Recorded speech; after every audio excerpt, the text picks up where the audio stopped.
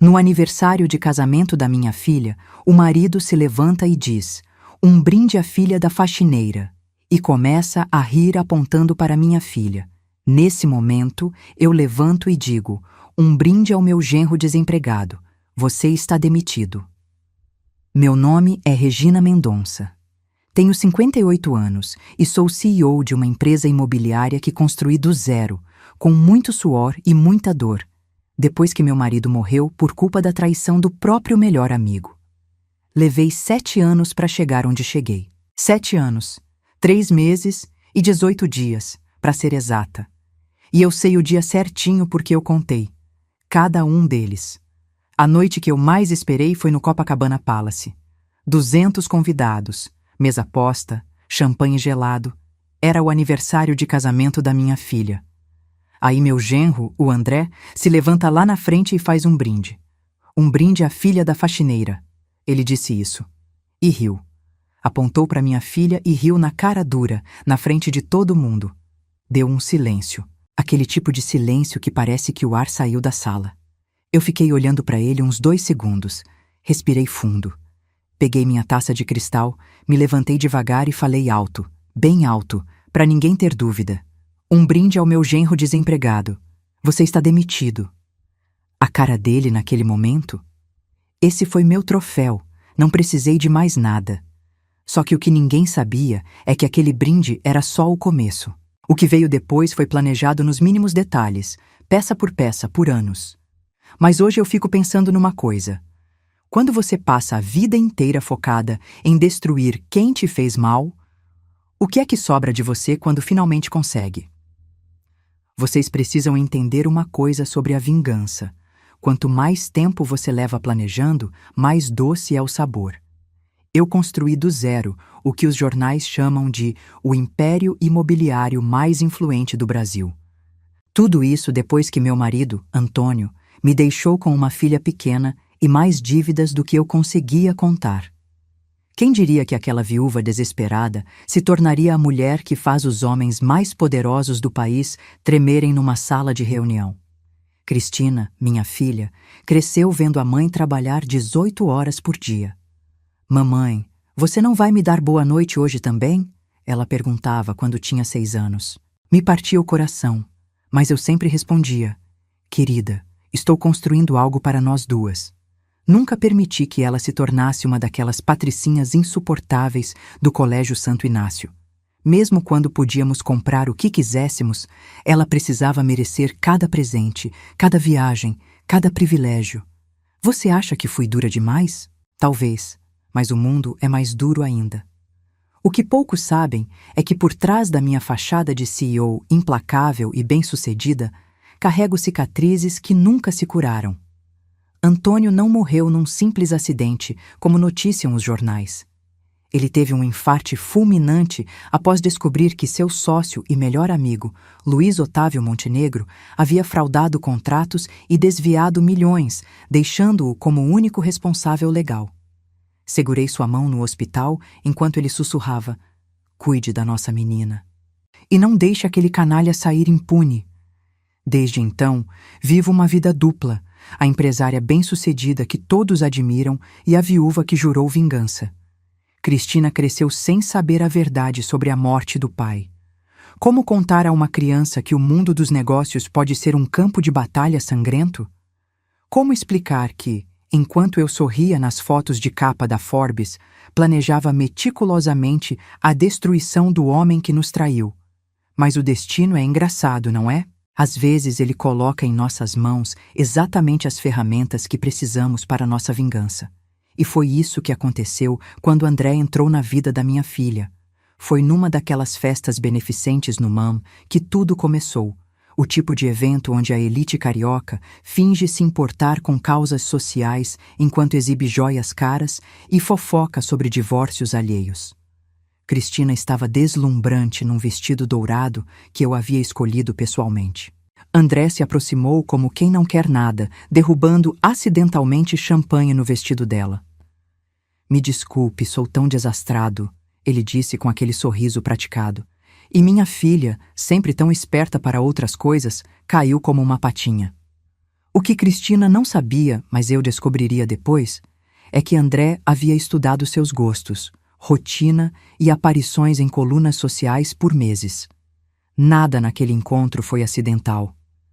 De origem modesta em Niterói, não que isso fosse problema, venho de Bangu e tenho orgulho, ele havia se reinventado como um sofisticado consultor financeiro com MBA em Harvard. Falava inglês impecável, conhecia vinhos e tinha opiniões sobre arte contemporânea. Uma fraude completa e convincente, devo admitir. Talvez em outra vida poderia ter admirado sua determinação. O que levaria tanto tempo para descobrir era sua conexão com o meu arqui-inimigo. André não era apenas um caçador de fortunas, era um peão enviado por Luiz Otávio para se infiltrar na minha família. Aquele velho canalha, agora CEO da Montenegro Incorporações, nunca havia superado o fato de uma simples mulher tê-lo ultrapassado no mercado. Mais tarde, descobriria que André recebia uma mesada generosa para cortejar minha filha e acessar informações privilegiadas da minha empresa. Um plano quase perfeito, não fosse por um detalhe. Subestimaram a desconfiança de uma mulher que já foi traída uma vez. André tinha um histórico impressionante para alguém tão jovem. Não de conquistas, mas de vítimas. 3 mulheres ricas, todas significativamente mais velhas que ele, todas deixadas financeiramente devastadas após curtos relacionamentos. Uma em Belo Horizonte, outra em São Paulo e a terceira em Brasília. Mudava de cidade quando as coisas esquentavam. Usava nomes ligeiramente diferentes, falsificava referências. Se vocês soubessem quantos Ricardos, Leonardos e Andréas existem no Brasil deixando corações e contas bancárias vazias. Mas este havia mirado alto demais. Porque, diferente das outras, eu já estava esperando alguém como ele. Senti um arrepio na espinha na primeira vez que ele jantou em nossa cobertura em Ipanema. Havia algo no modo como seus olhos avaliavam discretamente cada obra de arte, cada peça de mobiliário, não com admiração, mas como quem faz um inventário. Cristina, esse rapaz não é quem diz ser, comentei depois que ele saiu. Minha filha revirou os olhos como só uma mulher de 30 anos que acha que a mãe está ficando paranoica sabe fazer. Você sempre implica com meus namorados. O Rafael era imaturo, o Gustavo era ambicioso demais, e agora o André é o quê? Um golpista? Nossas discussões sobre André se tornaram semanais. Ele me faz feliz, mãe. Pela primeira vez encontrei alguém que me valoriza por mim, não pelo sobrenome Mendonça. Como explicar que homens como André estudam suas presas para oferecer exatamente o que elas mais desejam? Cristina sempre viveu sob minha sombra, sempre foi a filha da Regina. André apareceu oferecendo admiração por suas próprias conquistas, que, ironicamente, só foram possíveis porque abri todas as portas para ela. Então, diante das acusações de que eu nunca aprovaria ninguém para ela, decidi mudar de estratégia. Sun Tzu já dizia: mantenha seus amigos perto e seus inimigos mais perto ainda. Talvez eu esteja errada sobre André. Falei durante nosso almoço de domingo no Quadrifoglio, o restaurante italiano que Cristina adora desde criança. Sua expressão de surpresa quase me fez rir. Vamos conhecê-lo melhor. Que tal um jantar formal para apresentá-lo aos membros do conselho? A animação dela me deu uma pontada de culpa.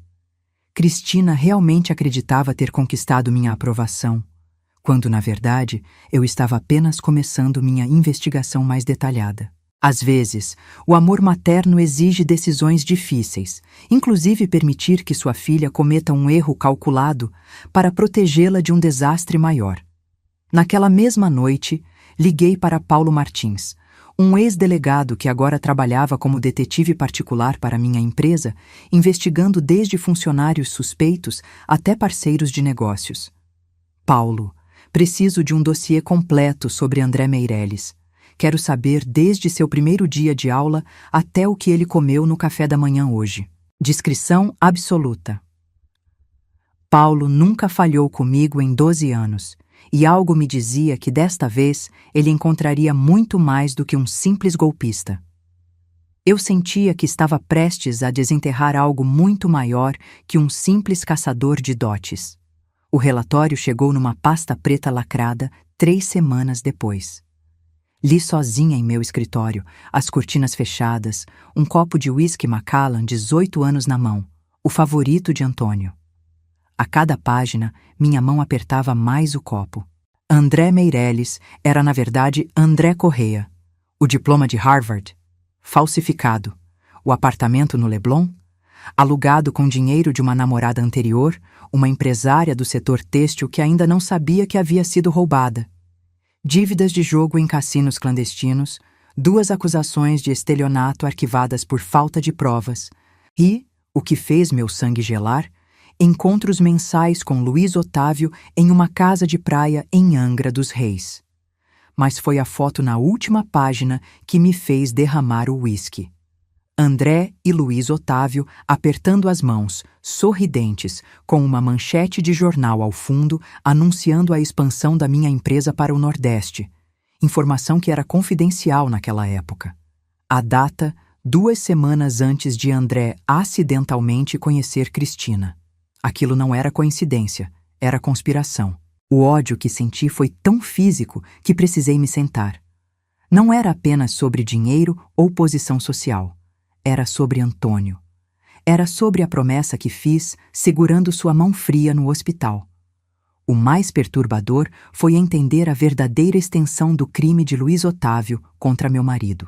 Paulo havia desenterrado documentos que provavam como ele havia sistematicamente falsificado assinaturas de Antônio, transferido responsabilidades de projetos problemáticos para seu nome e, finalmente, realizado uma reunião emergencial com investidores exatamente quando sabia que meu marido estaria viajando. Quando Antônio voltou, encontrou a empresa falida, seu nome associado a fraudes que não cometeu e investigações policiais batendo à porta. Seu coração simplesmente não aguentou. Naquela noite, diante do retrato de Antônio em meu quarto, fiz uma promessa renovada. Eles pensaram que podiam usar nossa filha para nos destruir de vez. Mas isso será sua ruína, meu amor. O plano começou a se formar em minha mente como um quebra-cabeça sendo montado. Não seria uma vingança rápida ou simples. Seria meticulosa, paciente e absolutamente devastadora. Porque agora não era apenas sobre justiça para Antônio, era sobre proteger Cristina. E qualquer mãe sabe que não existe força mais perigosa no mundo do que uma mulher protegendo sua cria. Luiz Otávio estava prestes a aprender essa lição da pior maneira possível. Chamei Cristina ao meu escritório em casa num domingo ensolarado, nosso único dia longe da empresa. O café estava servido nas xícaras de porcelana inglesa que Antônio me dera em nosso primeiro aniversário. Precisamos conversar sobre André, disse diretamente. Ela suspirou, já preparada para outra discussão. Em vez de argumentar, simplesmente abri a pasta preta sobre a mesa. Não peço que acredite apenas em minhas palavras. Veja você mesma. As 2 horas seguintes foram as mais difíceis de nossa relação. Assisti sua expressão transformar-se de irritação para descrença, depois para dor, e finalmente para uma raiva fria que reconheci imediatamente. Era idêntica à minha. Esse tempo todo, ele estava me usando para chegar até você? Para vingar aquele homem que destruiu papai? Sua voz tremia, mas seus olhos permaneciam secos. Sempre admirei isso em Cristina. Nunca foi de chorar facilmente. Sim, e tenho certeza que planejam algo maior que simplesmente espionar nossa empresa. Luiz Otávio não é homem de pequenas vinganças. Ela se levantou abruptamente, andando de um lado para outro. Quero ele fora da minha vida. Agora. Respirei fundo. Na verdade, tenho uma proposta diferente. O que sugeri era arriscado, talvez até cruel. Não apenas manter o relacionamento, mas intensificá-lo. Um casamento grandioso, uma integração completa de André na empresa. Está sugerindo que eu continue fingindo amá-lo? Perguntou Cristina, incrédula. Estou sugerindo que usemos a armadilha deles contra eles mesmos, respondi, observando atentamente sua reação. O silêncio que seguiu pareceu interminável. Então, algo mudou em seu olhar. Uma determinação que eu conhecia bem, porque era a mesma que me impulsionava há anos. Eles usaram o amor contra nós, não foi? Papai morreu porque amava demais sua empresa, seus clientes, seus projetos, e agora tentam me usar porque acham que estou apaixonada. Ela pegou uma das fotos de André com Luiz Otávio. Quero vê-los pagar, mãe. Quero que sintam o que é ter tudo tirado de você. Nos 6 meses seguintes, o Rio de Janeiro não falava de outra coisa além do romance do ano. A herdeira do Império Mendonça e o brilhante consultor financeiro, um casal tão fotogênico que parecia saído de um filme. A Veja nos colocou na capa, a Caras fez uma matéria especial sobre os preparativos do casamento. É como um conto de fadas, disse Cristina para os jornalistas, com um sorriso radiante que só eu sabia ser completamente falso. À noite, sozinhas, planejávamos cada detalhe. Como você consegue? Perguntei uma vez, vendo-a voltar de um jantar romântico onde André a surpreendera com um colar de diamantes. Penso no papai toda vez que ele me toca, respondeu simplesmente. E naquele momento entendi que minha filha tinha mais força do que eu jamais imaginara. O casamento no Copacabana Palace foi o evento social do ano. 500 convidados, orquídeas importadas da Tailândia, champanhe francês jorrando como água. Gastei mais de 2 milhões naquela festa. Um investimento, não uma despesa. André parecia genuinamente feliz, o que me fez questionar por um segundo se ele realmente havia se apaixonado por Cristina. Mas então flagrei aquele olhar, rápido, quase imperceptível, trocado com Luiz Otávio durante o brinde principal. Um olhar de triunfo compartilhado que me lembrou exatamente o que estávamos enfrentando. André mostrou-se inicialmente desconfiado da minha súbita aceitação após o casamento. Confesso que estou surpreso, Regina, disse ele durante um jantar em família, 2 semanas após a lua de mel em Santorini. Achei que você seria uma sogra mais resistente. Tomei um gole de vinho, encarando-o por cima da taça. Minha filha o escolheu, André, e aprendi que certas batalhas não valem a pena. Além disso, acrescentei, deixando a isca, talvez seja a hora de trazer sangue novo para os negócios da família. O brilho nos olhos dele foi quase cômico. Homens são tão previsíveis quando se trata de poder, não é mesmo? 2 semanas depois, ofereci a André um cargo de diretor financeiro adjunto. É um voto de confiança, expliquei, observando sua reação. Quero ver do que você é capaz. Ele aceitou com falsa humildade. Espero estar à altura, Regina, sem saber que cada documento que passaria por suas mãos seria cuidadosamente preparado.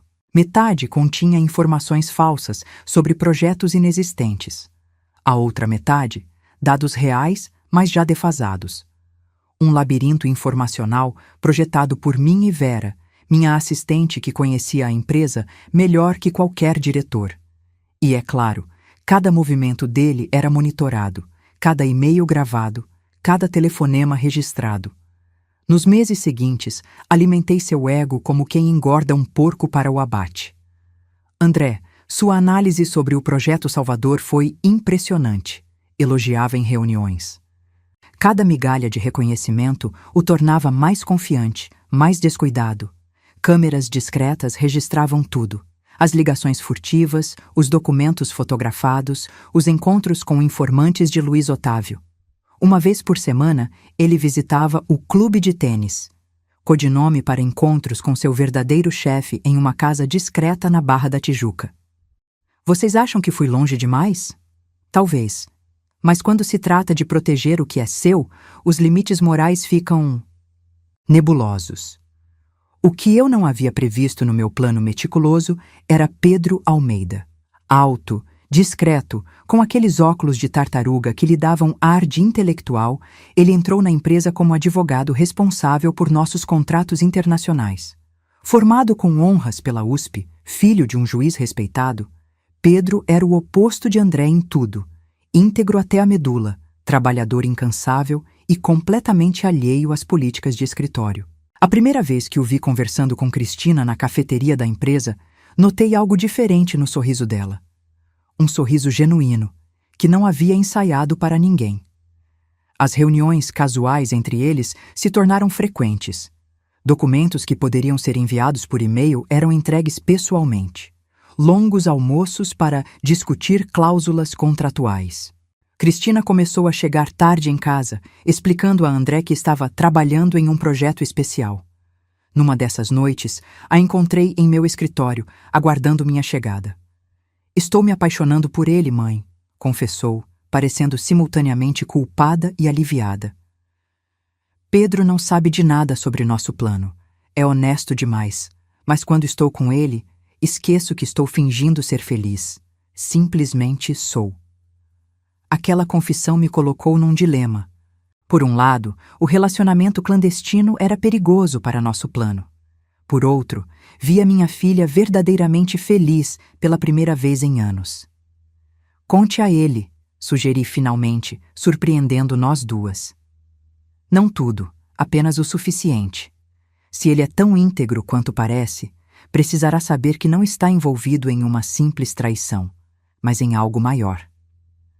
A conversa deles durou uma noite inteira, num hotel em Petrópolis. Pedro ficou horrorizado, depois furioso, depois determinado a ajudar.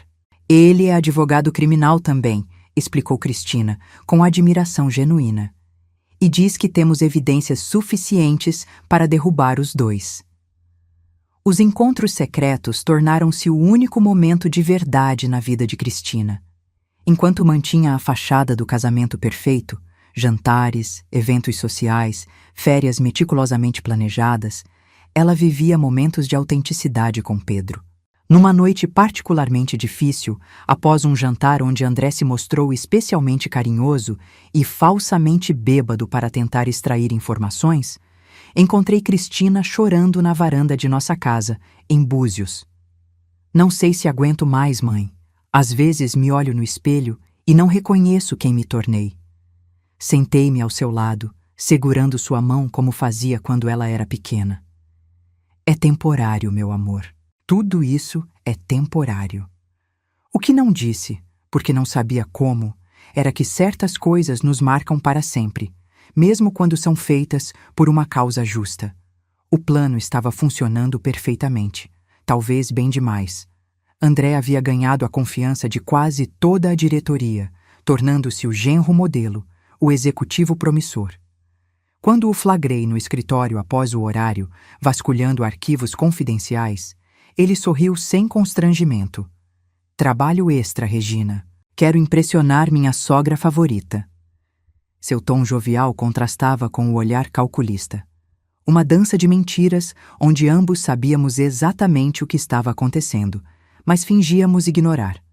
Como dois jogadores de pôquer com cartas marcadas, esperando para ver quem blefava melhor. Os encontros entre André e Luiz Otávio se intensificaram. Paulo os fotografava discretamente, registrava conversas quando possível, mapeava todos seus movimentos. "Eles estão planejando algo grande", alertou meu detetive. Luiz Otávio recebeu recentemente uma comitiva de investidores chineses.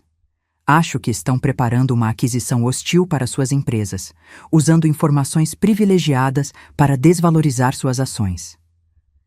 Exatamente como fizeram com Antônio, pensei. A história se repetindo como uma tragédia grega. Exceto que desta vez eu estava vários passos à frente. Foi quando decidi procurar o delegado Maurício. Num café discreto em Botafogo, apresentei o que tínhamos coletado. "Estamos monitorando Luiz Otávio há meses", confirmou ele. "Sua empresa é apenas a ponta do iceberg. Há conexões com políticos, juízes comprados, licitações fraudadas em 5 estados."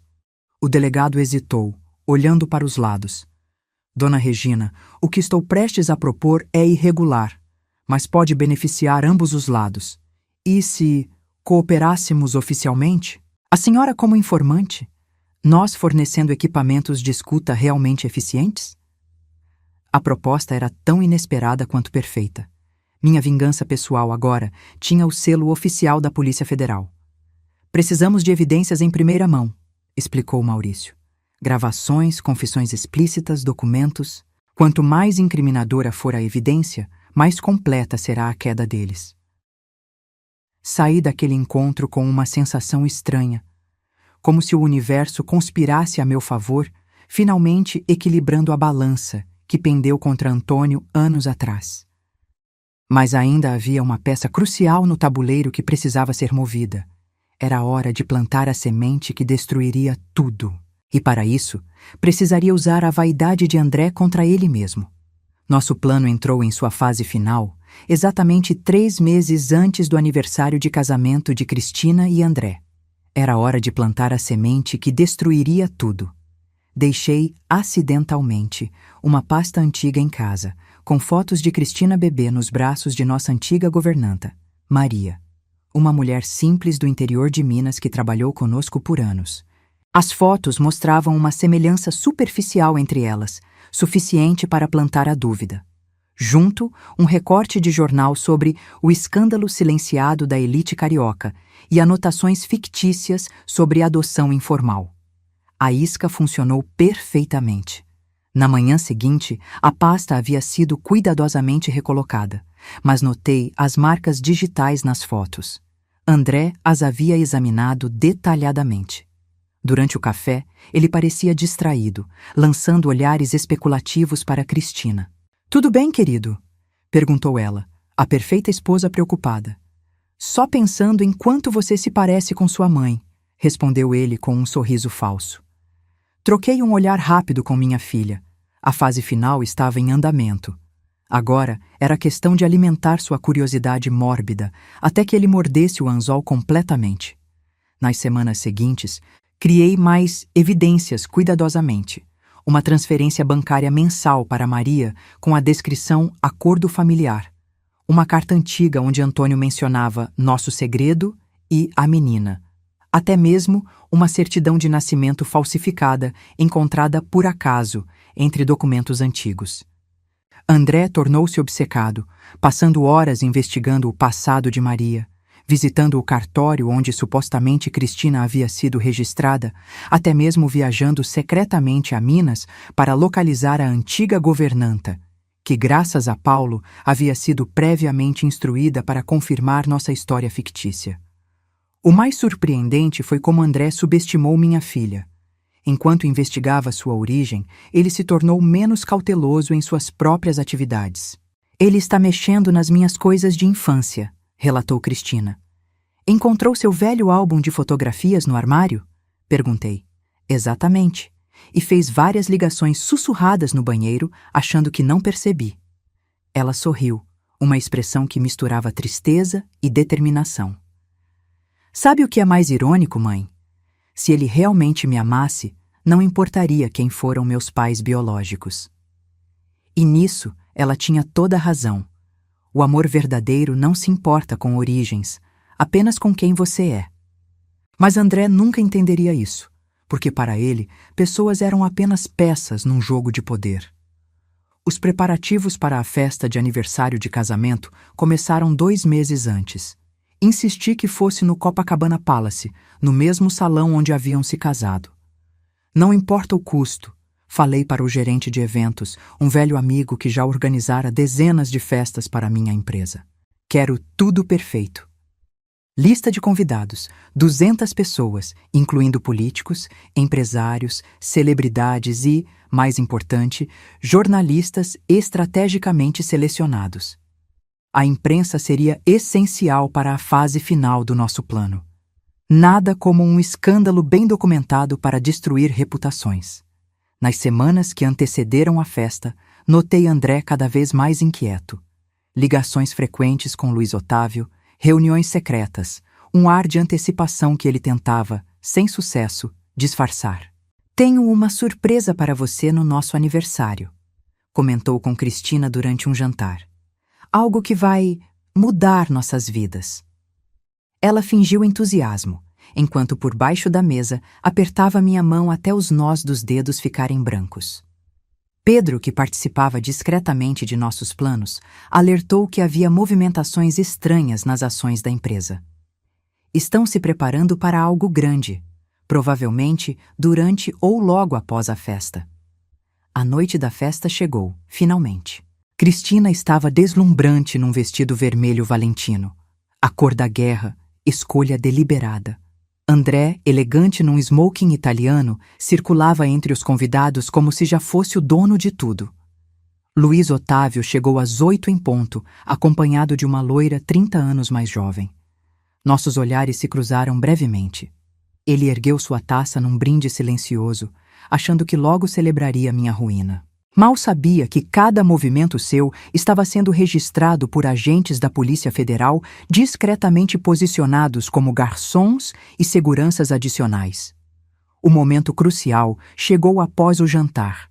André, visivelmente nervoso, mas determinado, pediu a palavra, tinindo sua taça de champanhe com uma colher de prata.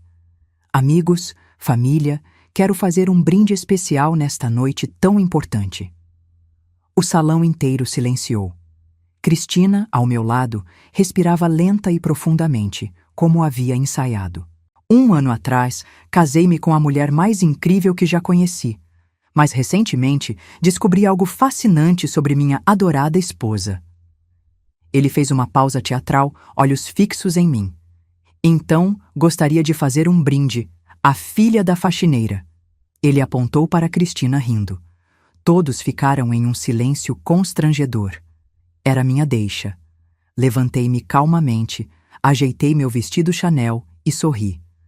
Que coincidência, André. Eu também gostaria de fazer um brinde. Ao meu genro desempregado. Você está demitido. Vocês já viram um homem perder tudo em questão de segundos? A confiança, o poder, a máscara social cuidadosamente construída? Foi isso que aconteceu com André naquele momento. Seu sorriso congelou, depois desapareceu completamente quando comecei a falar. Queridos convidados, lamento que tenham que presenciar este momento desagradável. Mas, já que meu genro decidiu expor assuntos familiares, permitam-me esclarecer alguns pontos. Caminhei lentamente até o centro do salão, sentindo todos os olhares fixos em mim. André não é apenas um marido infiel e um genro ingrato. É um espião corporativo trabalhando para Luiz Otávio Montenegro. O burburinho percorreu o salão. Luiz Otávio tentou levantar-se para sair, mas 2 garçons, na verdade, agentes federais, bloquearam discretamente sua passagem. Por favor, Sr. Montenegro, fique. A noite está apenas começando. Voltei minha atenção para André, que parecia uma estátua de cera derretendo sob holofotes. Temos provas documentadas de cada reunião secreta, cada documento fotografado, cada informação confidencial vendida. E sim, também temos provas do envolvimento direto do Sr. Montenegro em fraudes diversas, incluindo a que levou meu marido, Antônio Mendonça, à morte. A coisa mais fascinante sobre a verdade é como ela tem o poder de dissipar ilusões instantaneamente. Os mesmos convidados que minutos antes sorriam e bajulavam André, agora se afastavam dele como se tivesse uma doença contagiosa. Cristina, seguindo nosso roteiro, levantou-se com lágrimas nos olhos, lágrimas genuínas, embora não pelo motivo que todos imaginavam. Como você pôde, André? Eu confiei em você. Ele tentou alcançá-la, mas ela recuou. Não me toque! Nunca mais. Uma performance digna de Oscar, confesso. O caos controlado que se seguiu foi exatamente como planejamos. Jornalistas freneticamente anotando cada palavra, fotógrafos disparando flashes, convidados em estado de choque. Enquanto seguranças escoltavam André e Luiz Otávio para fora do salão, não para a rua, mas para uma sala privativa onde o delegado Maurício os aguardava, fiquei ao lado de Cristina, confortando-a publicamente. Acabou, querida. Sussurrei apenas para ela ouvir. Fase 1 completa. Mais tarde, após os últimos convidados terem partido e os jornalistas correrem para suas redações com a bomba social do ano, Cristina, Pedro e eu nos reunimos em minha cobertura. Abrimos uma garrafa de Dom Perignon que guardava para ocasiões especiais. A papai, brindou Cristina com olhos marejados. A primeira parte da justiça está feita. Aquela noite, pela primeira vez em anos, dormi sem pesadelos. Mas sabia que ainda estávamos longe do fim. A manhã seguinte trouxe exatamente o que esperávamos. Manchetes explosivas em todos os jornais. Escândalo na alta sociedade, espionagem corporativa e traição, estampava o Globo. Império Mendonça sobrevive à tentativa de sabotagem, anunciava a Folha. As colunas sociais, sempre sedentas por escândalos, detalhavam cada momento da festa, cada palavra do confronto. Cristina decidiu ficar em casa, mantendo seu papel de esposa devastada. Eu, por outro lado, fui diretamente para o escritório. A imagem da CEO inabalável que protege seu império a qualquer custo. Os telefonemas começaram às 7 da manhã. Amigos, sócios, concorrentes, todos querendo confirmar detalhes, oferecer solidariedade ou simplesmente fisgar alguma informação adicional. Regina, que horror! Como não percebemos? Perguntou Elisa, esposa de um senador e minha amiga de longa data, a mesma que eu sabia sempre invejara meu sucesso. O amor nos cega, Elisa. Felizmente, negócios são outra história. Mantive as respostas vagas, profissional, deixando que a especulação fizesse o trabalho por mim. Porque vejam bem, na alta sociedade carioca, reputações são como castelos de areia. Leva-se anos para construir e apenas um instante para destruir. André tentou contato diversas vezes, mensagens, e-mails, até mesmo um buquê ridículo de rosas enviado à cobertura de Cristina. Todos ignorados. Seu cartão de crédito corporativo foi cancelado, seu acesso aos sistemas bloqueado, seus pertences pessoais do escritório enviados para um depósito. É como se ele nunca tivesse existido, comentou Vera enquanto supervisionava a remoção de suas coisas. O advogado da empresa entregou pessoalmente uma notificação de processo por quebra de confidencialidade, espionagem corporativa e danos morais. Não mencionamos que as evidências haviam sido coletadas ilegalmente. Alguns detalhes são melhor mantidos nas sombras, não é? O impacto sobre Luiz Otávio foi ainda mais devastador. As ações de sua empresa despencaram 30% em um único dia. Clientes começaram a cancelar contratos. Bancos exigiram reuniões de emergência. O Ministério Público anunciou investigação preliminar sobre suas atividades, baseada em denúncias anônimas, que obviamente vieram de nós. Tudo acontecendo em tempo real, como dominós, caindo precisamente conforme planejado. A única surpresa foi o telefonema que recebi do delegado Maurício. Dona Regina, o caso está maior do que imaginávamos. A investigação sobre Luiz Otávio abriu portas para um esquema que envolve políticos de alto escalão. Precisamos de mais tempo para organizar a operação completa. Tempo era exatamente o que eu tinha. Afinal, esperei 7 anos para começar minha vingança. Poderia esperar mais alguns meses para vê-la completa. Mas a semente da destruição já estava plantada, e nada poderia deter o que viria a seguir. 6 meses se passaram desde a noite do aniversário. Cristina havia se mudado oficialmente para minha cobertura, iniciando os procedimentos de divórcio. André, que outrora brilhava nas colunas sociais, agora vivia num apartamento alugado em Botafogo, praticamente um exilado social. Suas tentativas de encontrar emprego em outras empresas do setor foram sistematicamente bloqueadas. Algumas ligações discretas minhas garantiram isso. Extremamente competente, mas absolutamente não confiável, era minha resposta quando algum CEO me consultava sobre ele. Afinal, no mundo corporativo, reputação é tudo. E a dele? Bem, digamos que estava em frangalhos. Naquela tarde chuvosa de agosto, decidi fazer algo que não estava no plano original. Pedi ao motorista que me levasse até o apartamento de André. Queria vê-lo com meus próprios olhos, testemunhar sua queda completa. O porteiro me reconheceu imediatamente. Dona Regina Mendonça, que honra! E anunciou minha visita pelo interfone. Encontrei André visivelmente surpreso, barba por fazer, olheiras profundas, vestindo uma camiseta surrada. O apartamento era pequeno, funcional, uma queda dramática do luxo ao qual se acostumara. Regina, ele disse, abrindo espaço para eu entrar. A que devo a honra? Seu tom irônico não mascarava o desespero nos olhos. Sentei-me no sofá gasto, observando o homem quebrado à minha frente. Vim trazer uma mensagem, André. Achei que você merecia ouvir pessoalmente. Tirei da bolsa Hermès uma foto. Cristina e Pedro, de mãos dadas, saindo de um restaurante. Minha filha está seguindo em frente. Feliz, amada de verdade. Seus olhos se fixaram na imagem, algo entre raiva e confusão passando por seu rosto. Mas não é só isso que vim dizer.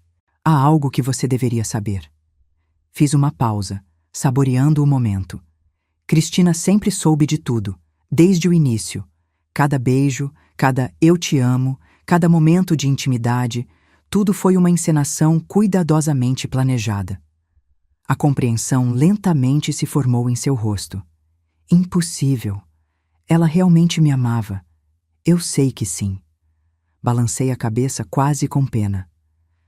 André, você foi apenas um peão num jogo muito maior. Assim como você nos usou, nós o usamos. A diferença é que fomos melhores nisso. Então revelei tudo, como descobrimos sua conexão com Luiz Otávio antes mesmo do casamento, como cada passo seu foi monitorado, como a história da faxineira foi uma isca elaborada. Mas por quê? Ele perguntou, genuinamente confuso. Por que não simplesmente me denunciar desde o início? Levantei-me, ajustando meu blazer. Porque Luiz Otávio destruiu meu marido, destruiu nossa família, e eu jurei que ele sentiria a mesma dor. Usando você, seu protegido, seu instrumento, consegui não apenas expô-lo, mas destruí-lo completamente. Poético, não acha? O grande dia chegou 3 meses depois, a audiência final do processo contra André e Luiz Otávio. O Tribunal de Justiça do Rio estava cercado por jornalistas, câmeras e curiosos. Vesti-me cuidadosamente para a ocasião. Um terninho vinho Armani, discreto, mas poderoso. Cristina, ao meu lado, optou por um conjunto creme que a fazia parecer ainda mais jovem e vulnerável. Exatamente a imagem que queríamos projetar. Pedro, agora oficialmente seu namorado e nosso advogado assistente, carregava pastas com documentos meticulosamente organizados. Uma equipe de força, entrando em batalha. A sala de audiências estava lotada. André e Luiz Otávio sentavam-se do lado oposto, cada um com seus respectivos advogados, equipes caras que, eu sabia, não seriam suficientes. Quando o juiz entrou, senti aquela familiar adrenalina das negociações importantes. Mas desta vez, era diferente. Não estava negociando um contrato ou uma aquisição. Estava fechando um capítulo da minha vida, selando uma promessa feita anos atrás a um homem que já não podia me ouvir. O promotor apresentou o caso com eficiência clínica, detalhando as acusações: fraude corporativa, espionagem industrial, formação de quadrilha, entre outras. Então veio o momento crucial: as provas. Com autorização judicial, o delegado Maurício apresentou gravações obtidas durante nossa colaboração. A voz de André era cristalina. Consegui acesso ao Projeto Nordeste. Luiz Otávio, isso vale ouro. Quando terminarmos com ela, não sobrará nada do Império Mendonça. Depois, a voz de Luiz Otávio. Assim como fizemos com o pai dela. Antônio era um idiota confiante demais. A filha parece seguir o mesmo caminho, confiando em você. Os rostos no tribunal registravam choque, indignação.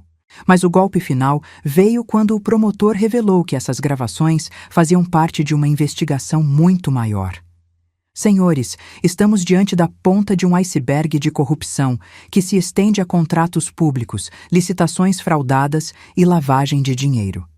André parecia atordoado. Luiz Otávio, furioso. Quando os agentes federais avançaram para prendê-los preventivamente, uma surpresa até para mim, houve um momento de confusão. Luiz Otávio tentou protestar, afirmando perseguição. André simplesmente se entregou, olhos fixos em Cristina, uma mistura de ódio e incredulidade. Enquanto eram levados, senti a mão de minha filha apertar a minha. Conseguimos, mãe, sussurrou ela. Sim, havíamos conseguido. Mas por que, em vez da euforia que esperava sentir, havia apenas um vazio estranho no meu peito? Era como se, junto com meus inimigos, algo dentro de mim também estivesse sendo levado embora. Talvez a raiva que me alimentou por tantos anos. Talvez a dor. Ou talvez, e esse pensamento me assustou, parte da mulher que eu costumava ser. Os meses seguintes trouxeram uma nova normalidade às nossas vidas. Cristina e Pedro oficializaram o relacionamento, mudando-se juntos para um apartamento em Leblon. Nada muito ostentoso. Uma escolha que me surpreendeu positivamente. Quero construir algo meu, do meu jeito, explicou ela quando questionei se não preferia algo maior. Pedro havia se tornado um aliado valioso na empresa também, reorganizando toda a nossa estrutura legal após o escândalo. As noites de terça-feira tornaram-se sagradas. Jantar em família na minha cobertura, geralmente com comida caseira preparada por Cristina, que descobrira um talento inesperado na cozinha. Mas nem tudo era perfeito. Cristina tinha pesadelos frequentes, acordava suando frio, chamando por nomes que não existiam. É o preço que pagamos, explicou sua terapeuta, uma mulher sensata que a atendia 2 vezes por semana. Viver uma mentira por tanto tempo deixa cicatrizes, mesmo quando é por uma causa justa. Observei minha filha lutando com essas cicatrizes invisíveis. A culpa pelo que fizemos, a raiva pelo que nos fizeram, a dúvida sobre quem ela realmente era depois de tanto tempo fingindo. E me perguntei, secretamente, se a vingança havia valido todo esse sofrimento. Um dia, enquanto organizávamos o antigo escritório de Antônio, agora transformado em um espaço para a fundação que planejávamos criar, Cristina encontrou uma caixa com vídeos antigos. Assistimos juntas, sentadas no tapete como quando ela era pequena. Antônio brincando com ela na praia, ensinando-a a nadar, rindo daquela forma despreocupada que eu quase havia esquecido. Ele era tão cheio de vida, comentou Cristina, enxugando lágrimas. Tão gentil. Foi naquele momento que percebi. Nossa vingança nunca poderia trazer Antônio de volta. Nunca preencheria o vazio que sua ausência deixou. Tudo o que fizemos foi criar mais dor, mais ausências, mais vazios.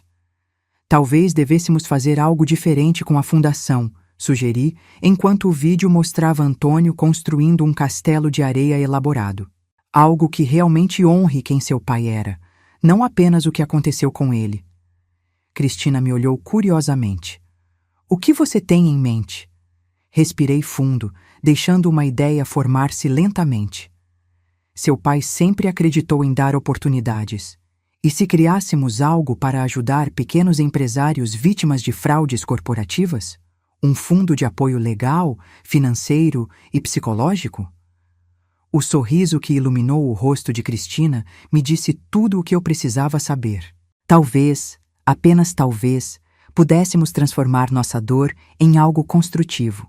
Não apagar o passado, mas construir um futuro diferente a partir dele. Um legado que não fosse apenas sobre destruição, mas sobre reconstrução. 1 ano após o julgamento, organizamos uma cerimônia formal no auditório principal da empresa. Estava na hora. Cristina, aos 33 anos, assumiria oficialmente a presidência do Grupo Mendonça. Eu me tornaria presidente do conselho, ainda com poder, mas mais distante das operações diárias.